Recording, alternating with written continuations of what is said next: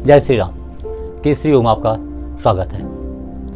आज हम आपको सूर्य भेदी प्राणायाम के बारे में बताने जा रहे हैं। सर्दियों के मौसम में किया जाने वाला यह बहुत ही सुंदर प्राणायाम है। इस प्राणायाम से हमारे शरीर में गर्माहट रहती है। जिनका पित्त बढ़ा हुआ होता है, पित्त प्रवृत्ति जिनकी है, उन लोगों को इस प्राणायाम को नहीं करना चाहिए। हाई बीपी वाले लोग भी इस प्राणायाम को नहीं करेंगे। मिर्गी की बीमारी किसी को है वो भी इस प्राणायाम को नहीं करेंगे। और बुखार अगर आपको है, फीवर आपको है और हाइपरटेंशन है तो आप इस प्राणायाम को न करें। ये इसकी बेसिक आवश्यक सी मैंने जानकारी आपको दे दी है कि कौन आदमी इस प्राणायाम को नहीं कर सकते हैं। इस प्राणायाम को करने से पहले, समझने से पहले आपको ये समझना होगा कि हमारे शरीर में मेन 3 नाड़ियाँ होती हैं, ईड़ा, पिंगला और सुषुम्ना। ये एनर्जी के चैनल होते हैं। आपने देखा होगा सर्दियों में कभी दाईं नाक बंद हो जाती है, कभी बाईं नासिका बंद हो जाती है और इससे बड़ी इरिटेशन होती है और इसकी वजह से हमारा पूरा बॉडी का बैलेंस ही खराब हो जाता है, सही नहीं रहता है और कई तरह की बीमारियां इस के कारण हो जाती हैं। आपकी तीनों ही जो नाड़ियां हैं अगर सही काम करती हैं तो आपको किसी भी तरह की कोई बीमारी नहीं आने वाली है। और ये नाड़ियां कहाँ होती हैं ये मैं बता रहा हूं आपको। दाईं नासिका जो है सूर्य नाड़ी को रिप्रेजेंट करती है, इसे पिंगला नाड़ी भी कहते हैं। और बाईं नासिका चंद्रमा को रिप्रेजेंट करती है, इसे जो है चंद्र नाड़ी भी कहते हैं। और बीच हमारी स्पाइन में जो है एक और नाड़ी होती है, उसे हम सुषुम्ना नाड़ी कहते हैं। इन तीनों नाड़ियों में पूरी तरह से एनर्जी का फ्लो होता रहता है और बाकी बॉडी में कई सारी नाड़ियां होती है। यहाँ से एनर्जी उन नाड़ियों तक जाती है जिसके कारण हमारी बॉडी, पूरा शरीर जो है हमारा संतुलित रहता है। हर एंगल, हर पार्ट में जो है एनर्जी जाती है इन बेसिक मेन 3 नाड़ियों की वजह से। इसलिए इन 3 नाड़ियों पर काम करना बहुत जरूरी होता है। सर्दियों का मौसम है इसलिए हम आज सूर्य नाड़ी के बारे में बता रहे हैं और कैसे इस नाड़ी को एक्टिवेट किया जाता है, पावरफुल किया जाता है, ये हम आपको बताएंगे। इस प्राणायाम से हमारा मस्तिष्क का शोधन होता है। इस प्राणायाम को हम 2 पार्ट में करेंगे, एक कुंभक से और एक बिना कुंभक के। 2 तरह से हम इसको बताएंगे। हृदय रोगी और दमा के रोगी हैं वो कुंभक नहीं लगाएंगे, वो बिना कुंभक के इस प्राणायाम को करेंगे। और शुरुआत में अगर आपसे कुंभक नहीं लगता है तो बिना कुंभक के करें और बाद में आप कुंभक के साथ इस प्राणायाम को किया जा सकता है। कुंभक के बारे में मैंने अपने पहली वीडियो में भी बताया है, लेकिन फिर मैं बता देता हूँ। कुंभक का मतलब होता है श्वास को रोकना। अगर आप श्वास भर के अंदर रोकते हैं तो उसे आंतरिक कुंभक कहते हैं और श्वास अधिक से अधिक बाहर करने के बाद वहीं पर श्वास की गति को रोक देते हैं तो उसे बाह्य कुंभक कहते हैं।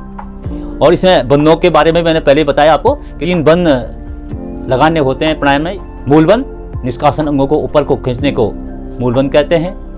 नाभि को पीछे की तरफ पिचकाने से यहाँ पर हम उसे उड्डयन बंध कहते हैं। और कंठ को थोड़ा पुश करने, नीचे दबाने से इसे जलंधर बंध कहते हैं। और इस प्राणायाम को जब हम करेंगे तो इन बंधों का जिक्र आएगा तो आपको वहाँ पर इसको समझना है कैसे इसे लगाना है। अब हम बताने जा रहे हैं कि कैसे इस प्राणायाम को करते हैं। पद्मासन, सुखासन, सिद्धासन, जिस किसी आसन में आप आसानी से बैठ सकते हैं वैसे बैठ जाएं। वैसे मैं पद्मासन में बैठा हूँ। तो अब दाएं हाथ की प्राणायाम मुद्रा बनाएं। देखिए प्राणायाम मुद्रा ऐसे बनाते हैं, 2 उंगलियां अंदर है, अंगूठा ऐसे और बाएं हाथ जो है घुटने पर रहेगा। कमर गर्दन बिल्कुल सीधी रहेगी। अंगूठा दाईं नासिका पर रहेगा, दाएं नासिका की जो गद्दी वहाँ पर रहेगा और अनामिका बाईं नासिका गद्दी वहाँ पर रहेगी। अब अनामिका से बाईं नासिका को बंद करेंगे और दाईं नासिका से अंगूठा हटाते हुए धीरे धीरे अधिक से अधिक श्वास भरेंगे। धीरे धीरे श्वास भरें। मूल बंद लगा हुआ है।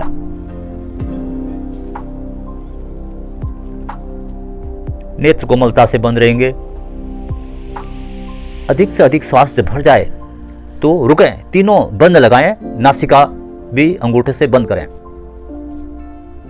आंतरिक कुंभक तीनों बंद लगे हुए हैं, मूल बंद, उड्डयन बंद और जलंधर बंद।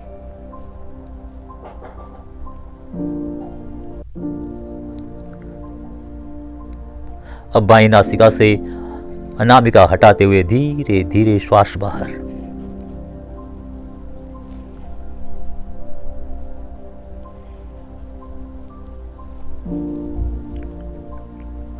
अधिक से अधिक श्वास बाहर हो जाने पर फिर नासिकाएं बंद और तीनों बंद बाह्य कुंभक।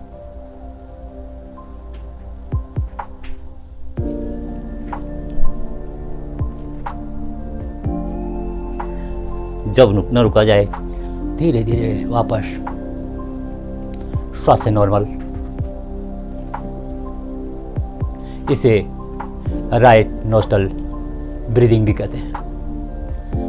श्वास जब भरेंगे तो धीरे धीरे श्वास को भरना है, खुद को भी आवाज़ न आए इस बात का ध्यान रहे। और जब सांस भरते हैं तो पैर के नाखून से सिर की चोटी तक श्वास के प्रवाह को आप महसूस करें।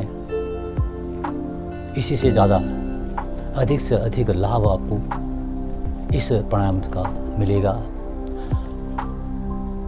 और जब श्वास बाहर छोड़ते हैं तो उसमें भी श्वास बहुत ही धीमी गति से श्वास को बाहर छोड़ना है। सामान्यतः देखा जाता है कि जब श्वास अंदर लोग लेते हैं तो अधिक समय लगाते हैं और बाहर छोड़ने में कम समय लगाते हैं, लेकिन समान समय जब श्वास भरने और छोड़ने में लगाते हैं तो प्राण का प्रभाव पूरे शरीर में समान मात्रा में होता है और आपका शरीर स्वस्थ रहता है। यह प्राणायाम बहुत ही लाभदायक प्राणायाम है, शरीर में गर्माहट देता है। सारे मैंने रोग बताया आपको, इसे प्राणायाम को करने से दूर होते हैं। बहुत ही आसान यह प्राणायाम है और इसके लाभ बहुत ही अधिक हैं। तो इस प्राणायाम को करके मिलने वाले लाभ को आप प्राप्त करें। इस प्राणायाम को करने से रक्त दोष, त्वचा दोष भी दूर होते हैं। इस प्राणायाम से विशुद्धि चक्र यहाँ कंठ के पीछे और आज्ञा चक्र यहाँ बिल्कुल दोनों भवों के बीच में होता है। इस प्राणायाम से प्रभाव में आते हैं और सशक्त चक्र बनते हैं। और अब जिन लोगों को बीपी की प्रॉब्लम है या दमा है, वो लोग इस प्राणायाम को कैसे करेंगे वो मैं बताने जा रहा हूँ, क्योंकि इन लोगों को कुंभक नहीं लगाना है। ये सामान्य प्रक्रिया जैसे ब्रीदिंग करते हैं वैसे दाहिनी नासिका से श्वास लेंगे और बाएं से छोड़ेंगे, फिर दाएं से लेंगे बाएं से छोड़ेंगे। इसी प्रक्रिया को बार बार करते रहेंगे। हृदय रोगी नहीं कह सकते हैं, जिनको मतलब बीपी, हाई बीपी, हाइपरटेंशन वालों को तो खैर करना ही नहीं है। हाई बीपी और दमा वालों को कैसे करना, प्राणायाम मुद्रा दायां हाथ से, बायां हाथ आपका घुटने में है ही, तो अंगूठा दाईं नासिका पर, अनामिका बाईं नासिका पर, दाईं नासिका से अंगूठा हटाते हुए धीरे धीरे श्वास भरें। धीरे धीरे श्वास भरना है, कुछ को भी आवाज़ न सुनाई दे। अब अंगूठे से दाईं नासिका को बंद करें और बाईं नासिका से अनामिका को हटाते हुए धीरे धीरे श्वास बाहर। आवृत्तियों को दोहराना है। दाईं नासिका से भी श्वास भरें,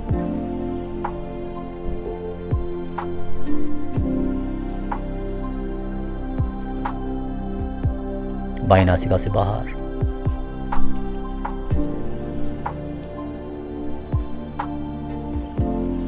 आज वापस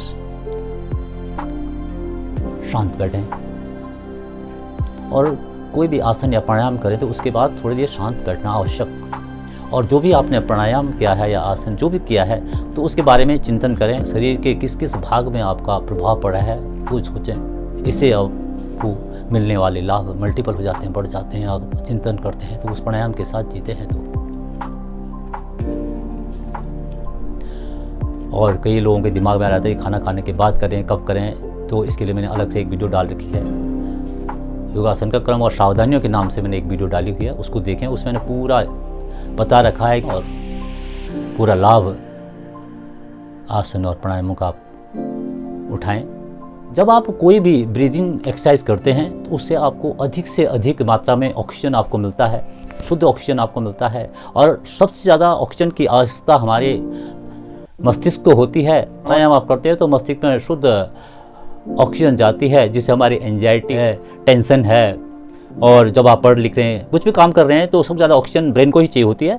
तो आप जो है प्राणायाम करें, अधिक से अधिक मात्रा में करें, और ये सारी जो भी माइंड से संबंधित प्रॉब्लम्स होती हैं उससे आप जो है छुटकारा पा सकते हैं, और आपका दिमाग भी इससे बहुत तेज़ होता है ब्रीदिंग एक्सरसाइज करने से।